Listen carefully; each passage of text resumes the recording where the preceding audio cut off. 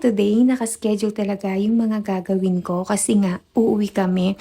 And I think ito, bago mag-lunchtime to, nag-decide akong magpa-pedicure. Pero ewan ko, kakasabi ko lang 'di ba, wag magpapabudol. Pero sabi ni ate, naka-package at mas mapapamura kapag nagpa-foot spa ka at nagpa-manicure. Ayun, sorry naman, nabudol tayo. May lakad kami ng 8 p.m. pero nag-decide pa din ako na mag 38 minutes run. So sabi ko, 8 p.m. pa naman yun.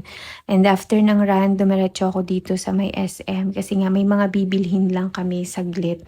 And nagmamadali na din talaga kami kasi nga is 6:30 p.m. na and then maliligo pa, magpe-prepare pa.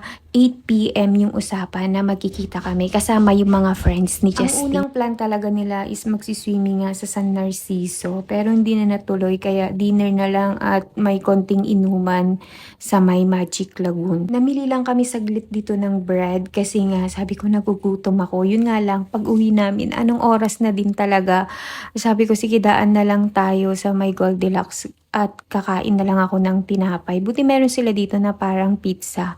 Kasi yung binili naming bread doon sa may French baker is gagawin mo pa siyang sandwich. So parang ciabatas yung nabili ko nun. Unlike yung ganito, ready to eat na siya. At kasi nga, syempre di ba nag-jogging nga ako. Hindi ko na napigil yung gutom ko. Sabi ko doon na lang din sana ako kakain.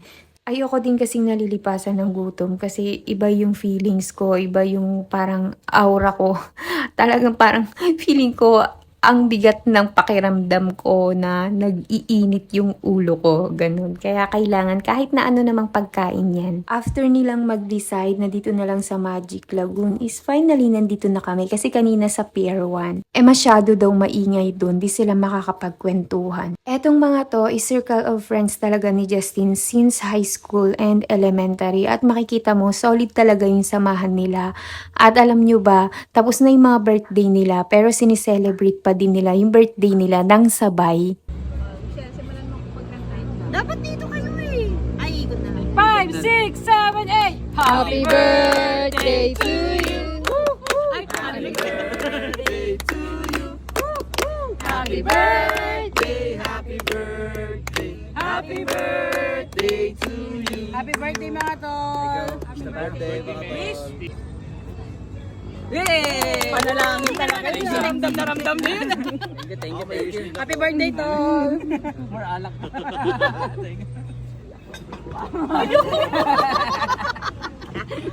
2 a.m. na, so pack up na at uwian na din. Napaka-rare ng friendship na ganito, no? I hope we all find a friendship that lasts na may solid connection. Yun lang. Bye!